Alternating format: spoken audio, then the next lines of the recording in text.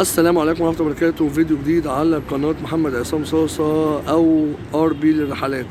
النهاردة جايب لكم مكان تحفة في مصر الجديدة عند مدرسة الطبري دوت.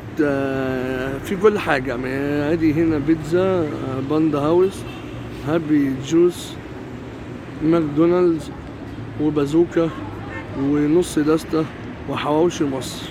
وطبعا هنا في صيدلية درة. المكان بجد تحفة، عائلات وحاجة شيك قوي وحاجة من الآخر يعني في مصر الجديدة.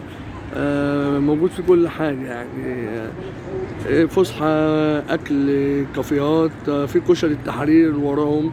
عندي قدام مدرسة الطبري، يعني اللي عايز يعرف المكان دوت قدام مدرسة الطبري اللي هي ثانوي بنين أو إعدادي بنين تقريبا، في جنب العبودي. فالمكان خطير بجد والله. اللي بنصح أي حد عايز فسحة في مصر الجديدة ورخيصة هنا، والأسعار مش أوفر يعني، سواء البيتزا سواء بازوكا، طبعا أسعار موحدة يعني، ماك أسعار موحدة. فالمكان تحفة، جربوه مش هتندموا. السلام عليكم.